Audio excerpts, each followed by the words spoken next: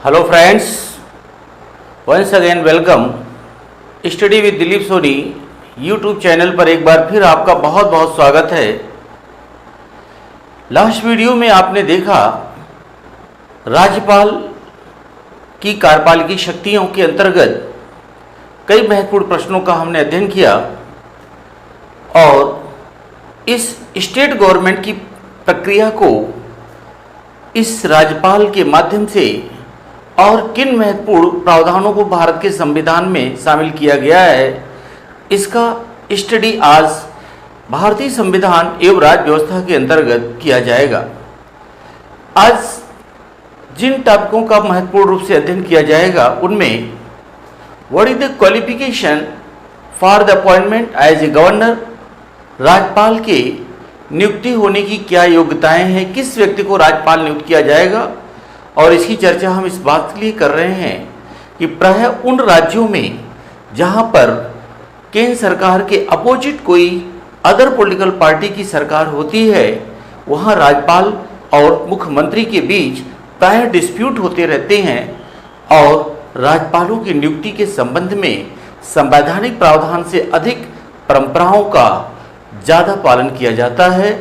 दूसरा, राज्यपाल के पद की क्या शर्तें हैं, वे कौन सी ऐसी शर्तें हैं जो राज्यपाल पद धारण करते समय होना चाहिए। और राज्यपालों की नियुक्ति के संबंध में जैसे मैंने कहा कि केंद्र और राज्य के बीच प्रायः जो डिस्प्यूट आते रहते हैं, इन डिस्प्यूट को हल करने के लिए केंद्र और राज्य के मध्य जो कई प्रकार के डिस्प्यूट्स हैं, उसके लिए समय समय पर आयोग और समितियों का भी गठन किया गया था, जिसमें सबसे महत्वपूर्ण समिति जिसका हमें अध्ययन करना लगभग प्रत्येक विद्यार्थी के लिए अनिवार्य है, वह है RS सरकारिया, रणजीत सिंह सरकारिया समिति, जिसने 1600 पृष्ठों का एक बहुत बृहद दस्तावेज रिपोर्ट प्रस्तुत किया था और जिसमें राज्यपाल की नियुक्ति के संबंध में उन टर्म्स एंड कंडीशंस का भी चर्चा किया था या उन कंडीशंस के विषय में कुछ परंपराओं को भी जो आज लागू किया जाता है वह सरकारी आयोग से ही प्रभावित है। दूसरा, एक जो हमारी संवैधानिक प्रक्रिया नैतिकता से जोड़ी जाती है वह ओथ या शपथ है। राज्यपाल को शपथ कैसे दिलाया जाता है, किसके द्वारा दिलाया जाता है और वो कौन सी स्थिति होती है। परंतु आप ये भी ध्यान रखेंगे कि राष्ट्रपति के न रहने पर उपराष्ट्रपति का पद है, परंतु राज्यपाल के न रहने पर उपराज्यपाल का पद राज्य में नहीं होता है। अतः ऐसी स्थिति में जब कभी राज्यपाल का पद आकस्मिक रूप से रिक्त हो जाए और ऐसी स्थिति में क्या क्या प्रावधान लाया जा सकता है, ऐसी स्थितियों का भी हम चर्चा करेंगे। दूसरा, एक प्रश्न मेंस में आता रहता है, राष्ट्रपति और राज्यपाल जो क्रमशः है केंद्र की कार्यपालिकी शक्तियां और राज्य की कार्यपालिकी शक्तियों के प्रमुख हैं। राष्ट्रपति head of the union executive and governor is the head of state executive. But what is the different situation between president and governor. इसी प्रश्न को उत्तर को देखते हुए एक प्रश्न यहाँ कहा जा सकता है कि pardons power of president and pardons power of governor का कंपैरेटिवली तुलनात्मक अध्ययन। ऐसा मेंस में आता है कि राष्ट्रपति और राज्यपाल के क्षमा दान की शक्तियों का तुलनात्मक अध्ययन और उसकी स्थिति की विवेचना कीजिए।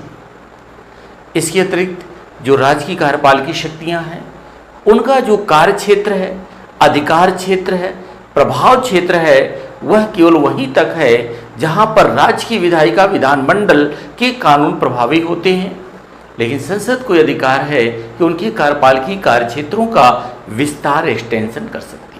तो इस प्रकार कई महत्वपूर्ण प्रश्नों के साथ आज हम फिर से स्टार्ट करेंगे, प्रारंभ करेंगे। और आपसे ये बार फिर विनम्र निवेदन है कि यदि आप अभी तक सब्सक्राइब नहीं कर पाए हैं तो स्टडी विद दिलीप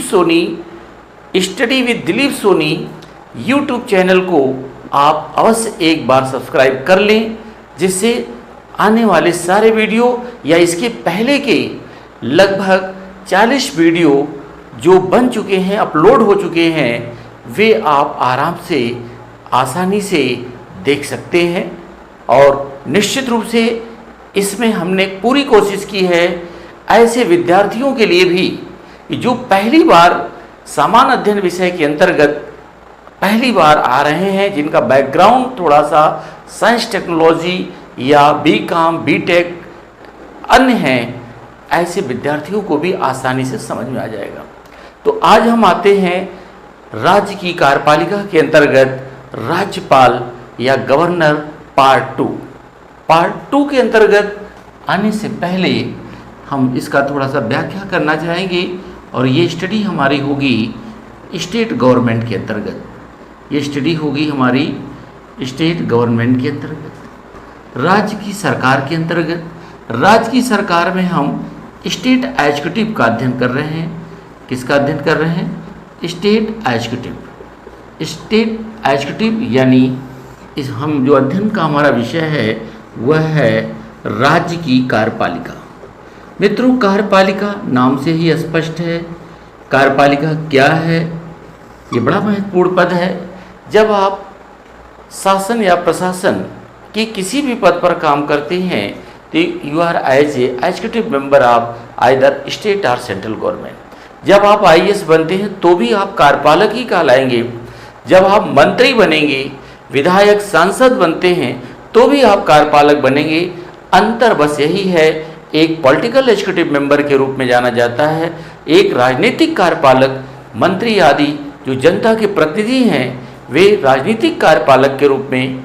और जब आप अपनी क्वालिफिकेशन के बल पर, योग्यता के बल पर आते हैं, अपने मेरिट के बल पर आप सिलेक्शन पाते हैं तो आप एडमिनिस्ट्रेटिव एग्जीक्यूटिव मेंबर कहलाते हैं और आपका पद स्थायी है। जबकि राजनीतिक कार्यपालिका का पद अस्थायी है। तो हमें अध्ययन यहाँ पर पॉलिटिकल एग्जीक्यूटिव की करनी है।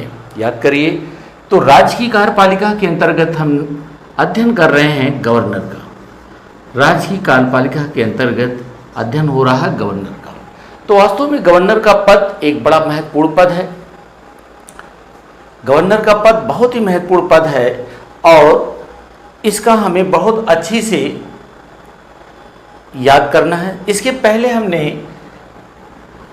ये हमारा है पार्ट 2, यानी पार्ट 2 यानी इसके पहले पार्ट 1 में हमने राज्य की कार्यपालिका का बृहद उल्लेख किया, जिसमें बताया कि प्रत्येक राज्य का एक राज्यपाल होगा। There shall be a governor of every state.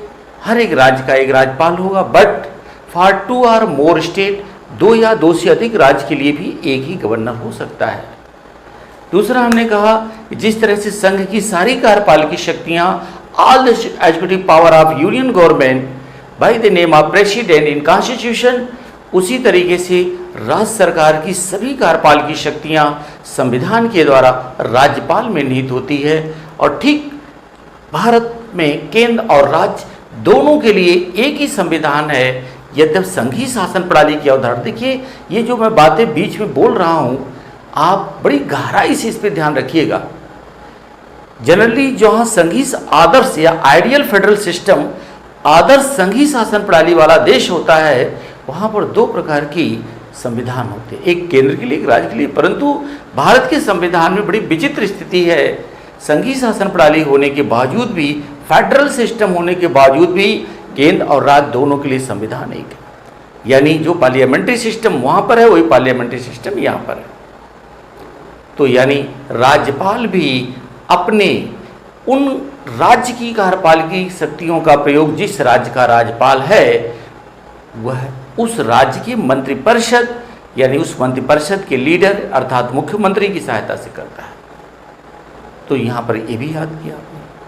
दूसरा, अब हम आते हैं राज्यपाल की योग्यताएं क्या है, क्वालिफिकेशन। राज्यपाल की योग्यताएं, क्वालिफिकेशन, योग्यताएं। योग्यताओं का उल्लेख भारत के संविधान के आर्टिकल 157 के अंतर्गत किया गया। आर्टिकल 157 के अंतर्गत किया गया है। तो एक चीज याद कर लीजिए, राष्ट्रपति के लिए न्यूनतम आयु सीमा, minimum age required minimum 35 years old.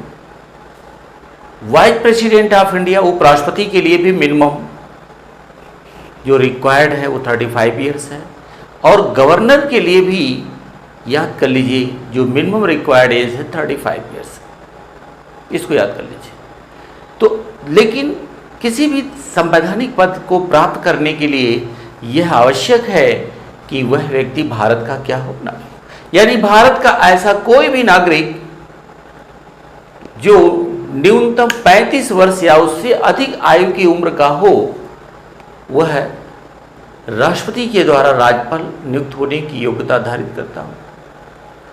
यहाँ पर एक चीज याद करिए, एक प्रश्न जो मैंने कहा आईएएस और पीसीएस में प्राय पूछा जाता मेंस में, राष्ट्रपति और राज्यपाल की शक्तियों की समीक्षा कीजिए, तुलनात्मक अध्ययन कीजिए, comparatively study to the power of president and governor. तो यहाँ याद कर लीजिए, राष्ट्रपति प्रेसिडेंट के पास जनता की शक्ति इनडायरेक्ट है, जबकि governor is appointed by president, इसके पास जनता की कोई शक्ति नहीं है, इसलिए इसका पद भी अस्थायी है। यानी 5 साल के पहले किसी भी समय राष्ट्रपति राज्यपाल को उसके पद से बिना किसी कारण का उल्लेख किए पद से हटा सकता है। तो याद रखिए, किस व्यक्ति को किसी राज्य का राज्यपाल नियुक्त किया जा सकता है? ऐसा व्यक्ति जो भारत का नागरिक हो, और ऐसा व्यक्ति जिसकी उम्र कम से कम 35 ईयर्स पूरी हो चुका हो या उससे अधिक हो, ऐसे व्यक्ति को राष्ट्रपति राज्यपाल नियुक्त कर सकता है। लेकिन ये एक सामान्य बात है, इसकी प्रक्रिया के पीछे कई महत्वपूर्ण टर्म्स एंड कंडीशंस जुड़ा हुआ, जैसे ये अनुच्छेद 158 के अंतर्गत इसका उल्लेख है, आर्टिकल 158 के अंतर्गत इसका उल्लेख है। इसको याद रखिए कि राज्यपाल के पद के लिए शर्तें क्या हैं। Conditions of governor office, conditions of governor office, conditions of governor office. निश्चित है राज्यपाल पद की कुछ शर्तें हैं, और यही शर्तें सबसे महत्वपूर्ण है, और इसी को लेकर मैं याद बता दूं, राज्यपाल के पद की जो शर्तें हैं, इसकी नियुक्ति को लेकर प्रायः केंद्र और राज्य, सेंटर और स्टेट के बीच प्रायः विवाद होता रहता है। कब? जब राज्य की कार्यपालिकी कार्य की प्रक्रिया में गवर्नर डायरेक्ट इनडायरेक्ट इंटरफेरेंस करने लगता है और आरोप प्रत्यारोप बहुत अधिक लगाया जाता है। अगर हम उत्तर प्रदेश की पिछली समाजवादी पार्टी की सरकार को देखें, तो निश्चित है कि ऐसी स्थिति में उस समय केंद्र में बीजेपी की सरकार थी, और उत्तर प्रदेश के गवर्नर को लेकर उत्तर प्रदेश की सरकार के द्वारा सीधा संघर्ष की स्थिति दिखाई देती थी, जब कई लीडरों के द्वारा उनकी आलोचना भी की जाती थी, जबकि राज्यपाल प्रत्यक्ष रूप से राजनीतिक सहभागिता से तटस्थ होकर काम करता है। तो क्या क्या शर्तें हैं, मैं इस पर पहले चर्चा कर दूं। ऐसा व्यक्ति जो किसी लाभ के पद पर ना हो, किसी प्रॉफिट यानी सरकार के द्वारा कोई ऐसा संवैधानिक पद ना हो, या ऐसा कोई कार्य ना करे जिसके सरकार का वेतन भोगी हो, वेतन प्राप्त करता हो। दूसरा, ऐसा व्यक्ति जो संसद या विधान मंडल के किसी भी सदन का सदस्य ना हो, और यदि है तो पद ग्रहण करने से पहले उसको उससे त्यागपत्र देना होगा। पद ग्रहण करने से पहले उसको क्या करना होगा? त्यागपत्र, रिग्नेशन करना पड़ेगा। लेकिन ये भी एक सामान्य प्रक्रिया है। वह प्रॉफिट या लाभ के पद पर ना हो, वह संघ की विधायिका, संसद या राज्य की विधायिका, विधान मंडल के किसी भी सदन का सदस्य ना हो, परंतु यदि है तो पद ग्रहण उसे तभी भी, ओथ और अफर्मेशन तभी दिया जाएगा, शपथ तभी दिलाया जाएगा जब वह पहले उस पद से अपना त्यागपत्र दे दे। ये तो भी सामान्य प्रक्रिया में, यहाँ पर फिर भी मामला अस्पष्ट है, और कई सारे समितियों का यहाँ गठन किया गया जिसका उल्लेख करना संभव यहाँ नहीं है, परंतु एक समिति का उल्लेख अवश्य करना आवश्यक है। वह है RS सरकारिया, रणजीत सिंह सरकारिया, और इस रणजीत सिंह सरकारी आयोग के गठन से संबंधित एक प्रश्न भी पूछा जाता है कि केंद्र राज्य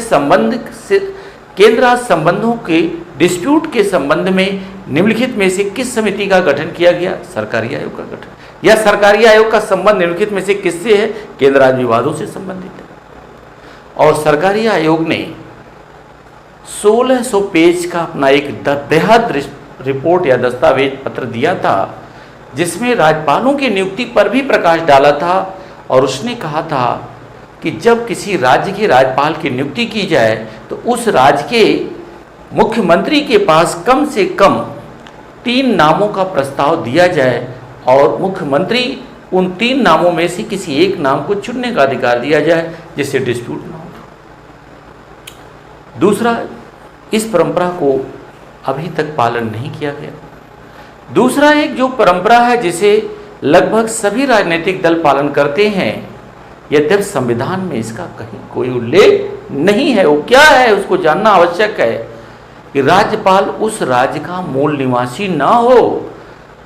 राज्यपाल उस राज्य का मूल निवासी ना हो। जैसे उत्तर प्रदेश का निवासी उत्तर प्रदेश का राज्यपाल नहीं होना चाहिए, बिहार का निवासी बिहार का राज्यपाल नहीं होना चाहिए, मध्य प्रदेश का निवासी मध्य प्रदेश का राज्यपाल नहीं होना चाहिए। और इस परंपरा का लगभग सभी राजनीतिक दल पालन करते हैं, यानी एक राज्य के निवासी को दूसरे राज्य में राज्यपाल के लिए नियुक्त किया जा सकता है। तीसरा, राज्यपाल ऐसा व्यक्ति हो जो सक्रिय राजनीति से त्यागपत्र देकर ना आया हो। अभी पता चला कि जैसे उत्तर प्रदेश में आनंदीबेन पटेल जो हैं, आनंदीबेन उत्तर प्रदेश की राज्यपाल हैं और ठीक इसके पहले गुजरात की चीफ मिनिस्टर थी। जबकि सरकारी आयोग का यह सुझाव है, ऐसा व्यक्ति जो तत्काल राजनीतिक सक्रियता से त्यागपत्र दिया हो या राजनीतिक सक्रियता में सहभागी रहा हो, ऐसे व्यक्ति को राज्यपाल के पद पर नहीं लेना चाहिए, क्योंकि सक्रिय राजनीतिक व्यक्ति बिना राजनीतिक सहभागिता के रह नहीं सकता। तो मित्रों, ये भी एक ध्यान देने योग्य बात है। इसके अलावा भी कई प्रमुख बातों पर बल दिया गया है जो सरकारी आयोग के बृहद दस्तावेज पत्र में। चलिए, दूसरा आते हैं कि राज्यपाल जब भी अपने पद की शपथ ग्रहण करता है तो उसके पहले शपथ लेता है, और राज्यपाल के शपथ का प्रावधान उल्लेख संविधान के आर्टिकल 159 में है। शपथ या ओथ और अफर्मेशन।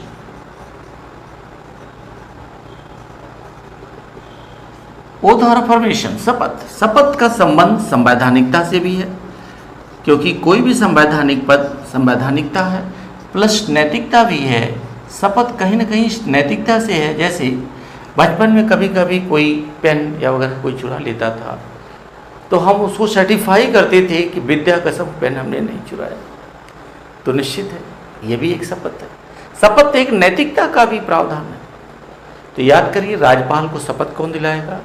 तो किसी भी राज्य के राज्यपाल को उस राज्य का chief justice of high court, यानी उस राज्य के उच्च न्यायालय के मुख्य न्यायाधीश के द्वारा, उस राज्य के उच्च न्यायालय के मुख्य न्यायाधीश के द्वारा शपथ दिलाया जाएगा। और यदि किसी कारण से वह मुख्य न्यायाधीश उच्च न्यायालय का अनुपस्थित है तो in this situation acting chief justice of high court of related state, यानी उस राज्य के कार्यवाहक मुख्य न्यायाधीश के द्वारा राज्यपाल को शपथ दिलाया जाएगा। याद कर लीजिए।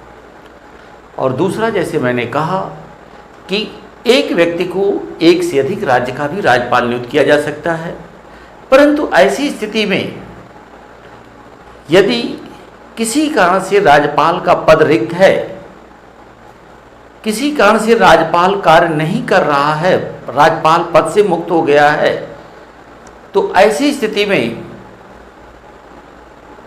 राष्ट्रपति इसके लिए प्रावधान कर सकता है। या तो उस राज्य के चीफ जस्टिस को उस राज्य का राज्यपाल नियुक्त कर सकता है, अथवा किसी राज्य के राज्यपाल को दूसरे राज्य के कार्यवाहक राज्यपाल का भी पद चार्ज दे सकता है। बड़ा इंपॉर्टेंट ये आर्टिकल है 160 में।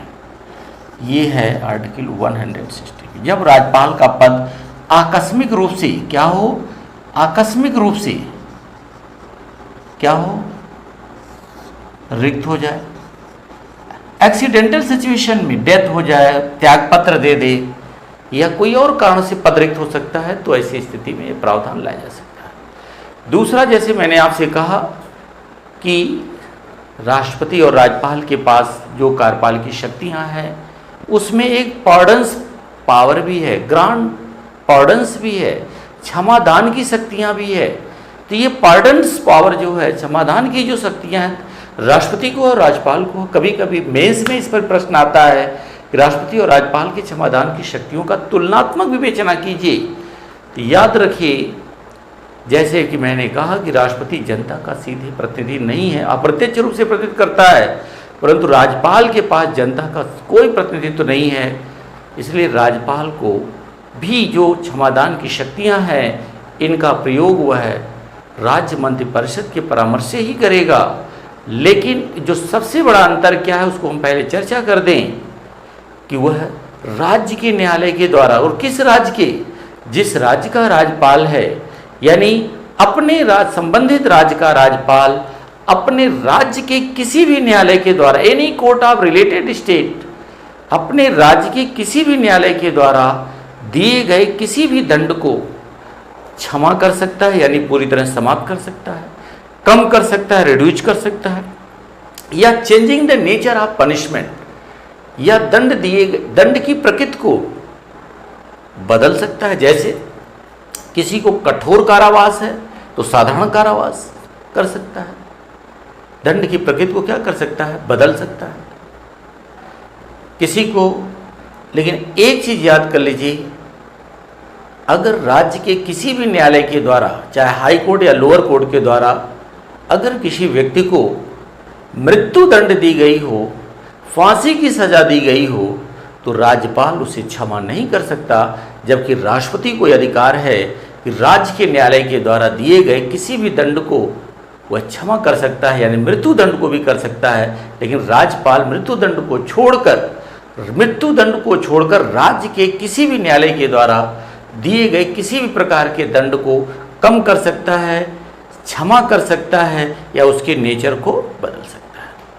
याद हो गया होगा मित्रों। एक चीज हमेशा ध्यान दीजिए, जब आप किसी प्रश्न को कंसेप्ट के साथ समझने का प्रयास करेंगे, रटने का नहीं प्रयास करना है, समझकर कंसेप्चुअल स्टडी करेंगे, तो निश्चित है आपका प्रश्न गलत होने की संभावना बिल्कुल नहीं होगी।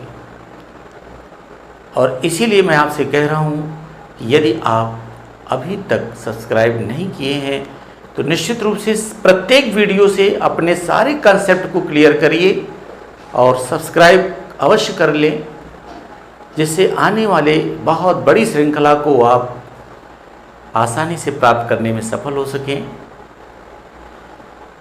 तो study with Dilip Soni channel को अपने भी देखें, अपने मित्रों को भी बताएं और आराम से अपने लक्ष्य को प्राप्त करें। दूसरा, हम आते हैं कि राज्य की कार्यपालिकी शक्तियों का विस्तार, जो संविधान के आर्टिकल 162 के अंतर्गत है।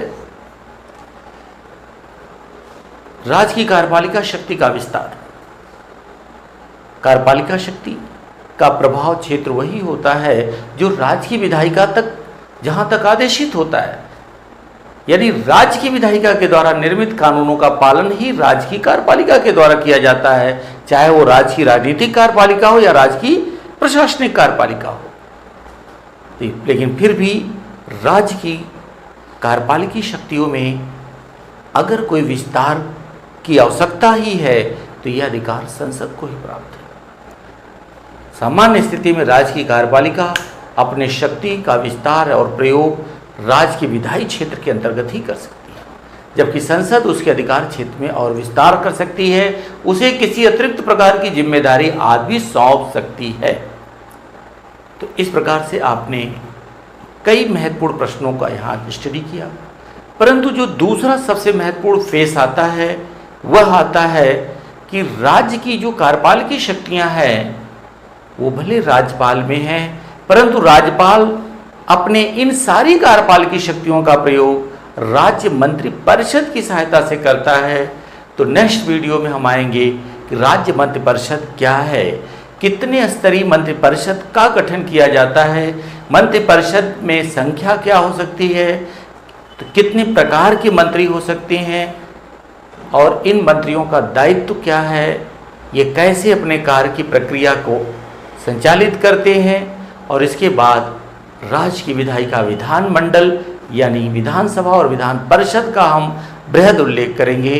तो मित्रों, बस इस टॉपिक को यहीं समाप्त करते हैं, और इस बात से कि आप अधिक से अधिक इसको लाइक भी करें, सब्सक्राइब अगर नहीं कर पाए हैं, नए हैं तो ज़रूर एक बार कर लें, दोस्तों से भी बता दें, अधिक से अधिक इसको शेयर भी करें। बहुत बहुत धन्यवाद।